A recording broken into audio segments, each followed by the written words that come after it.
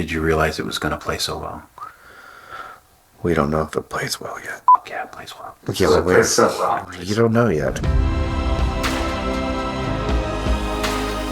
You want me to make this more blue back here so it's more... Yeah, let's do that. More sci-fi? Well, how's that look? Is that cool? Ooh, looks super rad. Yeah, I love it. What was Star Trek to you when you were growing up? Well, Star Trek was, it was Sunday afternoons, on the couch with my dad with, the original series, that 60s music playing. It was summers with the original series movies coming out. I saw them many times in the theater. And that was an event in my house. Star Trek 2, 3, 4, 5, 6. And then in college, that's when the Next Generation movies came out. I remember when Next Generation premiered. I remember sitting on the carpet watching it. Then I was graduating high school, I think, when the finale for Next Gen came out. So it's in my DNA. Yeah. What do you think about Star Trek makes you love it so much? Like, what do you think when you were growing up, besides being a part of it, what was it about it that spoke to you, you think? Well, it's so many things. Certainly the science fiction aspect of being in a starship, the nautical exploration, that Horatio Hornblower thing of exploration, what is speaks to me, and the notion of family. I mean, look, an entry point for me certainly is Wrath of Khan and Search for Spock, and that. While the original series itself was a part of me, the core of those movies is really about a family that comes together to save their own, and that has been a part of the storytelling that I gravitate to, I think. Did that reflect in your family somehow? Well, sure. I mean, it's always a part of I hope of every family in some way that you try and pull together for each other, and so those are some core ideals that mean a lot to me. When you decided, at what point did you decide that you just had to work for Star Trek? Like, how did that work out? You were at Emerson. Yeah. So I was my last year in college. Emerson College had a internship program in which you could intern at a production company and get full college credit for it out in Los Angeles. So I found every fax number I could for every department at Star Trek and faxed my resume, a letter, all but begging to come to work for free. Didn't hear anything for like months, and I was going to settle, I think, for something like Jersey Films or something. Finally, I get a call from post-production. And that's how I got in, logging tapes and getting coffee and lunches for post-production. And then I became a PA from there. What was that experience like, first getting there and seeing it made in front of you? It must have been surreal. Most of the people I was working for, Mary Howard, Brad Jacobian, production people, the Akutas, they were all baseball cards I had from Next Gen. So they were all legends. They were names that I had that I'd seen on television, from Next Gen to Voyager to Deep Space Nine forever. So it was surreal. Everyone was kind of a legend to me as a kid. It was also Harvard in a way. For how to make television, because you were part of every department. So you were learning production, you were learning post, you were learning the art department, you were learning props, you were learning makeup and wardrobe, you were learning all those things as a PA. It was extraordinary. So that was your master's degree in making television. Yeah, it was a master's degree in making television. Yeah. At what point did you go from PA to actually getting into the production more and eventually being Brennan's assistant? There was Brandon's assistant was leaving to go become an editor, and I really wanted to get in with the writers, and I had already had helped out assisting Brian Fuller, and some of the other writers on Voyager for a while, so I had some experience. But dropping into that particular position was, it's a showrunner's assistant. It's like the busiest job out there. There was a sense that DS9 was different than Voyager in the kind of the approach. And you worked a little on DS9 as well, right?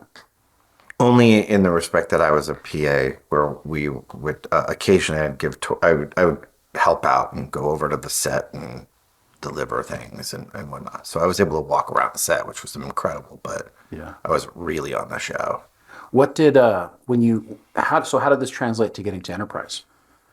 Well, Voyager ended, right? And Enterprise started. So by then I was a full-time assistant for that. Did you spend any time with Rick Berman? Yeah, lots of time. What was that experience like?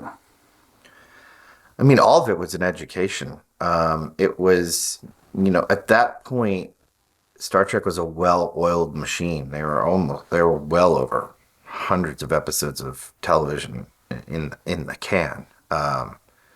They were consistently over 25 episode season pickups. So, which is tremendously difficult. So, it was about breaking stories quick, fast, getting them through production and getting them on the stage as quick as possible. Didn't sound like there's enough time to breathe. There's Trying no to get time it to done. breathe. No.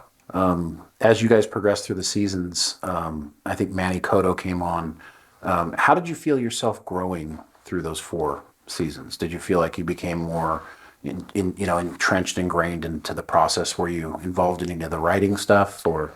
Once I started to get more comfortable, I did start pitching stories. I sold a couple. I mean, thanks to, David Goodman and Chris Black and Mike Sussman, and were all people who were really supportive of Brandon. So I have a couple of story credits here and there, but I wasn't quite ready to take the full plunge yet. I was still getting my feet wet. Seasons 2 and now especially seasons 3. What do you think that DNA? What did you learn from that made this so amazing? It's hard to say. I mean, there is definitely a 90s sensibility, maybe in some of the humor. Not that it's eye rolling, hopefully, but there is a kind of throwback tone at times. It's also quite modernized too.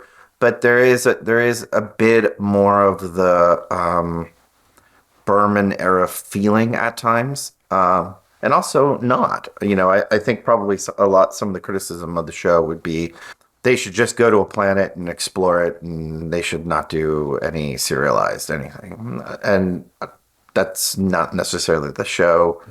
I think they should make that would probably also come in the same mouth of too much fan service, yet that would probably be the most fan service way to go.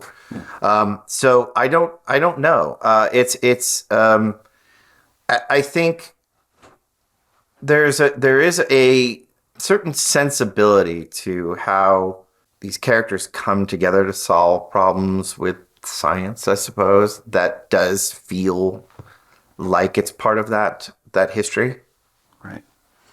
So when you went from Enterprise, going back a little bit, what was the next step for you in your process in your career? After Enterprise, I was an assistant on 24, show 24. One of the guys from the Orville was directing 24. Kassar. John Kassar. He's a good friend of mine. Great guy. Yeah. So you went from 24. How did you end up getting to, I know you did a bunch of other things, but 12 Monkeys seems to have this Star Trek DNA. We were talking about the fact that it's set up where you have almost a captain. Yeah. And you've got people going on away missions. Yeah. And was that kind of in the back of your mind when you were making 12 Monkeys? You do. There is a Picard sensibility to Jones, the scientist in charge of Project Splinter and 12 Monkeys, without question. And that definitely was a thing that we talked about in the writers' room. There's also a bit of Adama from Battlestar Galactica, again, Ron Moore. So there is a lot of that influence. Yeah, but no, it wasn't lost on us that it was a mission-based show through time. Yeah, it's there. Okay, we could feel it. So 12 Monkeys ends, and then it's time to do something different. And you did some stuff. How did you end up at Star Trek again? Right when as 12 Monkeys was ending, there was a nice little bit of critical acclaim for the finale, and we jumped on that and started having my reps pound Secret Hideout, saying, "Get me in there! I really want to." I know they had lots of ideas for new Star Trek shows, and at the time, I think they were talking about doing a con show, and I met with Akiva, and we hit it off right away. And so that looked like that was going to be a thing for a while, and then that did not go in. Instead, they did Picard.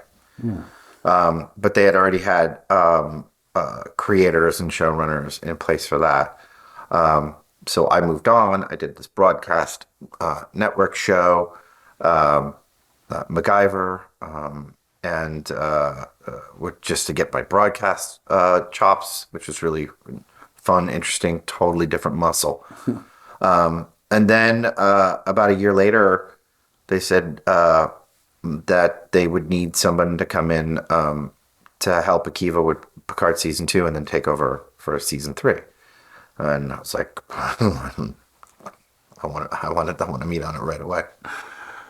How badly do you want to keep doing Star Trek? Look, I love Star Trek. I would love to be a part of Star Trek, forever. But it's up to the television fates. It's bigger than me, and there's lots of voices out there that should and want to be heard as well. But hey, if I'm lucky enough, I would love nothing more than to do it. Until they call you back and bring you to do more. You're currently working on Witch Mountain. What can you tell us about that? I know not much, but it is a pilot, and it's something I wrote 4 years ago with co-writer Travis Fickett and John Fox, and it's a reimagining of Witch Mountain as you know it. So it's a significant reboot thing. I can't talk too much about it. It's got Bryce Dallas Howard in it, and she's fantastic. It has a lot of my old 12 Monkeys creatives involved, so it has a very specific feel to it. And we're pretty proud of it, but we're waiting to hear and see what happens over at Disney. But so far, it's all pretty positive, so we'll see. nice. That 12 Monkeys creative is becoming a force de tour. They came over to do some Picard, with you Picard, Yeah. and also now this next thing. Is this your tight group? As long as we, it's hard in showbiz to everybody gets spread around and there's so many different projects. So as long as you can keep people that you have a creative vibe with, a shorthand, I think is really helpful and special too, to be on those journeys together. They become dear friends, and war buddies. You can be like, In the foxhole. you're in the foxhole, and it is a foxhole. Remember when we didn't have a script and we had this and we did this? Oh yeah, well, you know what? Maybe we can do what we did with that story and blah blah blah blah. That's really helpful. Not just writers, longtime editors and composers and directors of photography, and I like to, if it works creatively with people, it's always great to bring new people in and mix it up too. But if it works, it works. Yes, and it works. It works so well.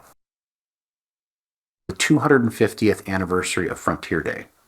What made you choose that year, 250 years? Because I went back to 2153 and I tried to like figure out what was the initial basis of Frontier Day, and I couldn't quite figure it out. The initial idea was to do Fleet Week, was to do a nautical tradition, which is, naval exercises. And then we started to ask ourselves, well, what if it was sort of the 4th of July for Starfleet? It kind of worked out that it was pretty close to the launch of the NX-01 to Enterprise. That's right. And if this was a love letter to Star Trek, then why not honor that moment and lean towards that? It ends up being a centerpiece. And what started you on the journey that you ended up choosing, and what was the inspiration for how you ended up starting the show? I knew I wanted to start with Beverly Crusher. She felt the most underserved in certainly in the feature films in a long while, and there was definitely an idea. Certainly by the end of the episode, you see where we were going. That Patrick also thought was intriguing to what might have been going on with Beverly Crusher for the last 20-something years. So I had this idea about Beverly Crusher having this Doctors Without Borders ship and her popping into frame with intruders. And that sort of kicked off the idea of the season. And so we went from there. Obviously, it gets more involved. What was your motivation with bringing Picard and Riker together in the way that you did, which is different than we've seen in the past? So I was working with Jonathan a lot. In season 2, he was working. He was directing. So he was coming up to my office a lot for prep while I was working on season 3, because he was shooting season 2. And I said, I'm thinking about doing a lot of Riker, a lot of Butch and Sundance for Picard. And I don't think he took me seriously. And I said, no, it's a lot. And he's like, what? I'm not a very good actor. I'm like, yes, you are. And the thing I wanted to do was bring a lot more Frakes to Riker. I wanted a lot more of the Patrick and Frakes dynamic in the show, because it's so wonderful to be around the two of them. And so that started that journey. And we just went from there.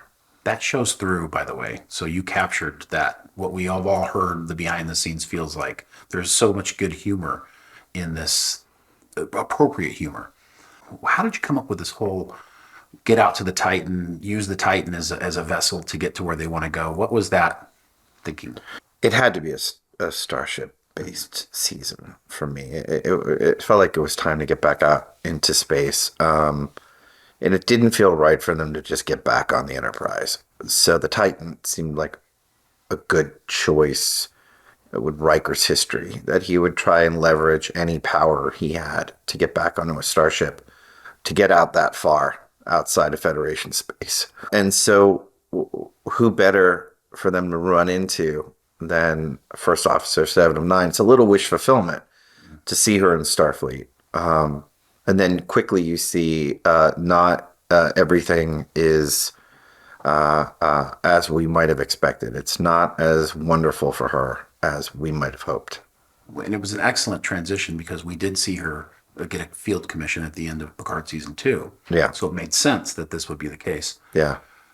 You go deep into 7 of 9's situation with Starfleet and being an ex-Borg. Was it important for you to delve into that? I don't. Yeah, I think that trauma is never really something you get over. I think it's something you just learn to live with. So it's part of that character, same as it is for Picard. So it's sort of this omnipresent thing. I mean, look, every time she looks into a mirror, and I think she's come to terms with it. I think it's part of her identity, for better or worse, for everyone else involved. In the case of Shaw, Speaking of Shaw, he's a perfect spice added to this season. How did you realize you needed that access to the people we know? That's the best way I can probably explain it. they just needed a foil. They needed someone who I love the idea that they were throwing around their legacy weight, and here comes this guy who's like, no, I don't care. Yeah. Love that. By the way, Todd Stashwick says you were Spielberg.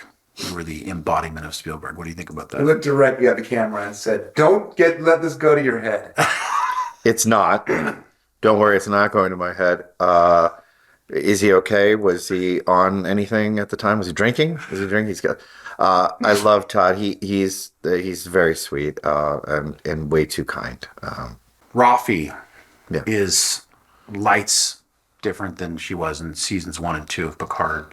She's one of the few characters that got brought over from the first 2 seasons. What was the thinking on how you would?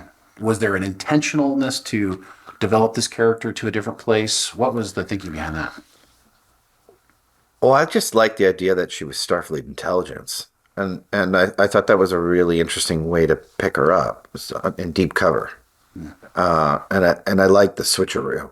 I like thinking that she might be seeing her, thinking she might have gone off the deep end, or might have reverted to some of her past transgressions, and discovering no, she is in fact using her experience in that world to her benefit for Starfleet. Felt like a great surprise to sort of reinvent the character a little bit. We learned that eventually would learn that Worf is her handler. What made you choose Worf to be your handler, and did that have anything to do with his progression into the character he's going to become, which is just a perfect character?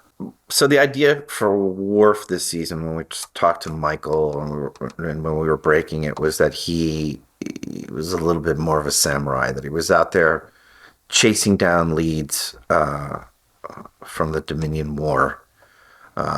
And that even though some of the canon books had him as captains of Starship, we didn't want to negate and say that those things didn't happen. We're just saying that's not where he was now. We also thought there was a really interesting lone wolf and cub thing with Raffi and Worf that could be played. That they might have a really interesting chemistry between the two of them. And both Michael and Michelle agreed, and it gave them both a chance to shine. It did. It was Yeah. beautiful, beautifully done. Vadic. What was the inspiration for Vadic? Well, as an archetype, we knew we wanted a classic Star Trek larger-than-life villain. Without going into spoiler details as to who and what she is, we knew that she would have some deep-rooted feelings towards the Federation, and Starfleet in particular, and there was an erratic sensibility we wanted to give her. And Amanda Plummer was, I think, the first and almost only name that was ever brought up in that writer's room.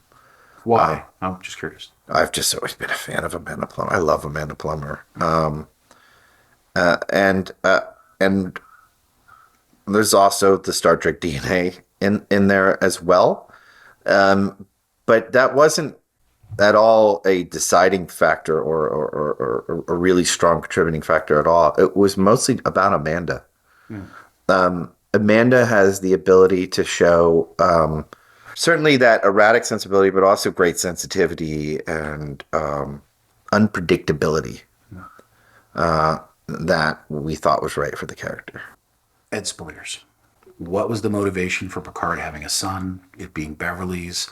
and the way you brought it into the whole thing was just like scrumptious. But where did it come from? Well, it started with just a character question, which is what's the last unexplored relationship for Jean-Luc Picard to explore in the final season of this show. And he had already kind of explored a father-daughter thing with Soji in season 1. He explored some romance in the second season and certainly in some of the feature films. And so it felt like a son that he didn't know was really interesting territory. And we went down a few paths. Mirror Universe was one, but that felt a little not right. And I had this idea in the back pocket that could it be Beverly Crusher? And I was terrified of pitching it to Patrick for exactly the fan service of it all. And before I could even get it out of my mouth, he said, "What if it's Beverly?" And it was like, that's a great idea. and we were off to the races. But it that also offered a lot of complications because why would that make sense? It doesn't really. It's so you would have to create a story in which Picard didn't know that because it didn't feel like it wanted to be Kirk's story where Kirk stayed away from a son he knew he had. So this felt like it needed to be a son that Picard didn't know he had. And so if that's the case, that means Beverly kept his son away, and why? And that became a theme for the season. It was the focus of the season. Beverly is ultimately right in that regard. What was the deciding factor in shooting the scene at the end of episode 2 where there are no words? What would they say? You know, there's the. Is it my son? Yes, it is, Jean-Luc. Like, it's so much more powerful than these actors can just pull that off. I think the looks, the score, the moment itself says everything. That you don't need it. And if you built the episode right, I felt like it could work. I was worried it couldn't. I was worried it wouldn't, for sure. But I think certainly when we saw it at the Chinese theater, the premiere, at the end, they showed both episodes, and that moment played really well. And so I was relieved that worked. God, it was so beautiful. Riker is probably the best version of himself he's ever been. He's struggling with the death of his son, and it's impacting his family environment. What made you decide you wanted to go down that road with him? It didn't feel like it could be ignored. It was set up in season 1, and if you're telling the story of his brother, essentially his mentor Jean-Luc, finding his son, and in a way, not necessarily rejecting it, but certainly not embracing it, that would trigger some feelings for Riker. And which culminates in some disagreements on the bridge. They're both being fueled by their own feelings. Picard is angry, and Riker is fueled with the drive to protect, and it leads to this conflict on the bridge at the end of 3. So it was hopefully rich territory to take these two characters into places they hadn't been before. It leads very naturally into what you were just talking about. I guess your Crimson Tide moment. Picard and Riker don't agree on what's going to happen. The Titan is in dire straits. The Shrike has them, right where they want them. You really explore that. Was it just a matter of taking the story further in and trying to really develop that out, or where did you want to go with that disagreement? I think it was the story of two fathers who, one angry and one hurt on the bridge of a starship. And that's at its base core what it was. And then it's also strategy. It's just submarine strategy. We never got to see Riker in command, what he would do as a captain, and how Picard might disagree. So it was a really, we hope, interesting dynamic to see on before it's all over. What these two might be like this late in life, the mentor and the protege now on equal footing, not seeing eye to eye when the stakes are high and lives are at stake. It seemed really cool. That was a terrible soundbite, but something like that. Portal weapon is going to be like the big of the show. It's not. We won't say exactly what it is yet. What was the inspiration for that? And did you expect it to play so well when you guys put it together? It was just a cool thing we came up with in the room. We knew we wanted them to have stolen this really unique weapon. And it just came from these brilliant writers in the writers' room pitching different ideas of what it could be. The idea of the portal weapon was really cool, but then we talked to visual effects. We're like, could we pull that off? And these big, long shots where the portal opens and the ship comes through and it comes out on the other side. It seemed like I'd seen that in Star Trek before. So, we're pretty excited to see how audiences are going to respond to that. The actors responded incredibly. The shock of these people who've been around for decades, have seen it all, and like, holy shit, we're in trouble. Yeah. That was so greatly pulled off. What was the motivation in bringing Ensign Rowe back? And did you expect it to play as well as it did when you first began? And what do you think of the end result? It felt like if you were going to do the very last Next Generation story, that was a dangling thread that you wanted to pull on and follow up on. And in an episode that was essentially a paranoia thriller, what better way to come to a catharsis between two characters and try and decide if the person sitting across from you is really that person than by trying to get through your past trauma together. It felt like it could be a really terrific episode of television if we did it right. And I'm very proud of the result. I think Michelle's extraordinary. I think Patrick is wonderful in it. I think it's and it also serves to escalate the season right at the midpoint. Roe dies in an effort to save the galaxy. She sends them on the mission. She gives them the blueprint for the conspiracy. That felt powerful for us. Did you know that would be the moment when the audience finally bought into what was happening and believed? Like that was the moment where everybody felt like it was okay to be like, yes, this is what's actually happening. Did you know that would be the turning point? I don't know. Is it? It is. Yeah, okay. No. We hope. That's how we designed it. So we hope. Yeah. But it works really well. The story on bringing back Moriarty, a TNG fan favorite. How did you want to fit him into the story? That was probably the most, for all the accusations of fan service, that was probably the most egregious one for me, which was I just wanted to have Moriarty back. He was one of my favorite components of Star Trek: The Next Generation. And it was specifically tied to Data and lore. And so when we were started to break that story, and we knew that this AI system was based on Data's brain and his mind, someone said in the room, then what if Moriarty came out? And I was like, there it is. That's how we do it. And so it was pretty fantastic. And then that got us to go to, Pop Goes the Weasel and all those things. They played it perfectly.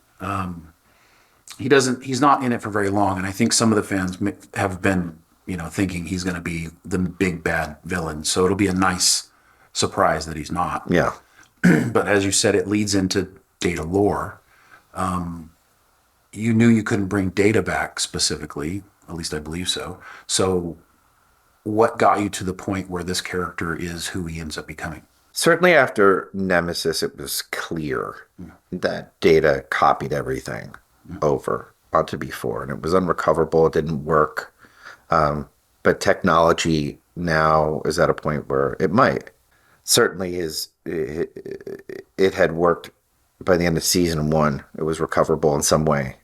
So the idea that Alton Soong would possibly try again to succeed in his father's footsteps, to create the last perfect legacy Soong android, to be the most human, meant to have Data as the primary operating system, but to have some lore, to have a lull, to have all these other components that would humanize that synthetic android. But he died before he got to make it work. So you have this schizophrenic Frankenstein incomplete monster now with these personalities at odds. And when we pitched it to Brent, the idea of multiple personalities, Jekyll and Hyde, it's just a thrilling thing for an actor to be able to play. Yeah, what was his response to doing that? He loved it. He loved it because, within 5 seconds, he gets to play both Data, lore, and everything else in between. And it promises a kind of final Data story and a kind of final lore story, which is also, lore was shut down and archived, but there's more to it.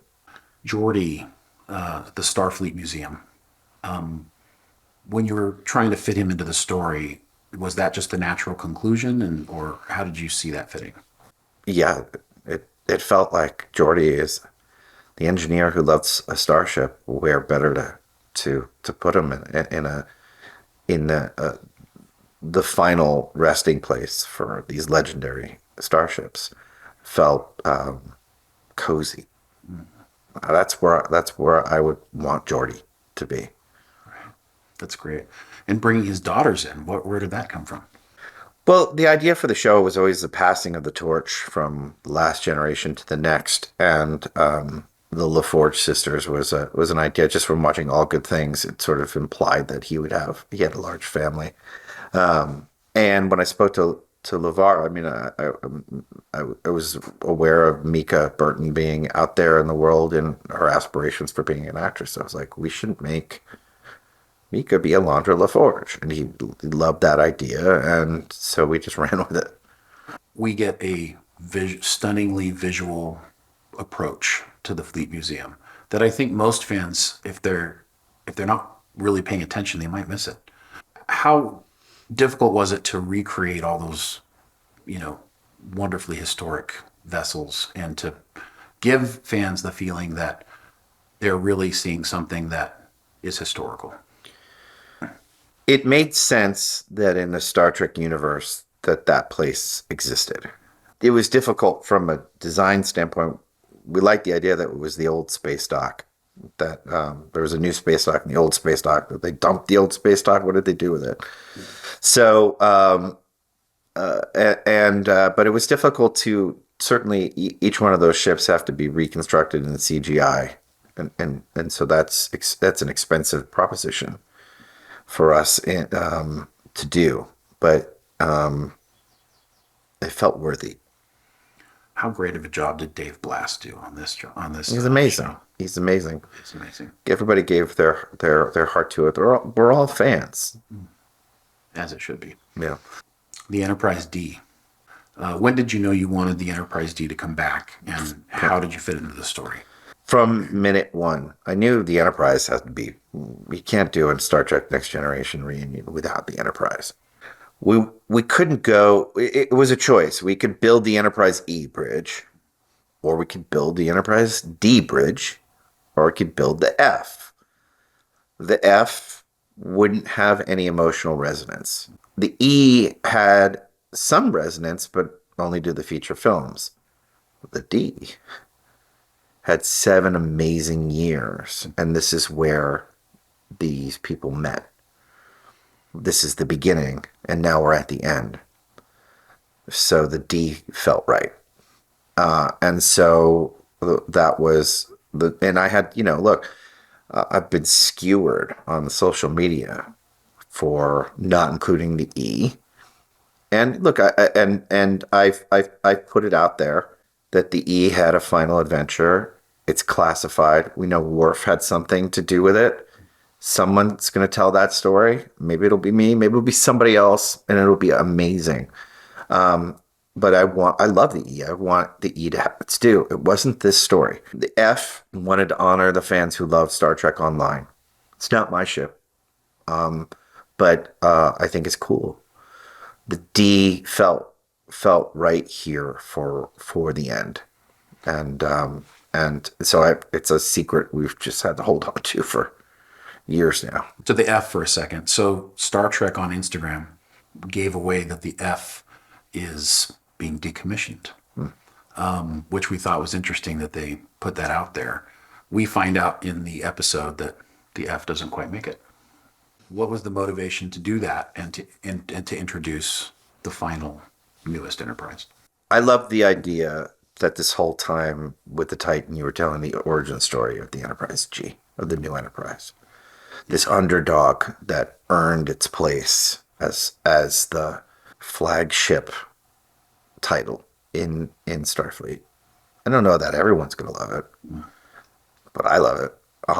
And we loved it as in the writing staff, and it felt important to Seven of Nine's legacy too. When she became captain, we went down a variety of different names for the ship, but ultimately the one that we felt was the most satisfying for Star Trek was that it was Enterprise. Amen. If it would have been anything else, I would have freaked out on you. I would have lost my mind. It was a perfect choice. So that moment when they come back out on the bridge, how hard was it, to recreate the set for the D, for the bridge? And what was the moment behind the scenes for the actors portraying the roles out of character? It was tremendously difficult to pull off in time. We had to start building right when we started shooting, and I think we were still gluing carpet on as the cameras were rolling. But Dave Blast and his department, they nearly killed themselves to get it ready in time. I mean, we went back to the original blueprints and had everybody involved, from the Akutas to Herman Zimmerman to everyone who had anything to do with that bridge originally, came, and we got their blessing to make sure it was 100% accurate to the way it was when it shot during Next Generation. It looks like it. It's perfect. It was extraordinary. Changelings, Dominion War. Yeah. How did you know we all wanted to go there? And what made you? Well, I didn't know that everybody wanted to go there. I just knew I wanted to go there. They seemed like an amazing villain. Yeah. To do, because they could look like anyone. And to do an infiltration within Starfleet was such a tantalizing idea to go there, especially after how it ended in Deep Space Nine, with an almost attempted genocide. It didn't feel like that was a happy ending for all parties involved. Gosh, you really wish Rene Bergerac was around, and he would totally be in this season. But that was an idea that was around right from the very beginning as well. Who came up with the idea to incorporate Jack's blood, Jack's DNA for the transporters to get to move everything around? Who came up with that? Was amazing. Like, where did that come from? We liked the idea that the younger generation would become assimilated and needed to be saved by the older generation. is there an organic way to make that work? There's also something chilling about the idea of every time you go through a transport system, like you hope it works. Right. You hope no one's tampered with it. And what if someone has? And so all the pieces kind of just came together in what we thought was cool, just a really interesting way. And it is a part of the paranoia thriller tapestry of the manipulation of your everyday environment, and so that would be the case for people within Starfleet. Was that something you guys had fleshed out early on, or did it come later in development? All of the big moves of the season we had to flesh out early on. We had to know those specifics, but right away. The first changeling we established is a transporter tech, because he's there on the ship messing with the transporter system. So you can't write that unless you know that's what they're doing. You needed to know the ins and outs of that conspiracy before you wrote word one on any of these scripts. The bird of prey cloaking device.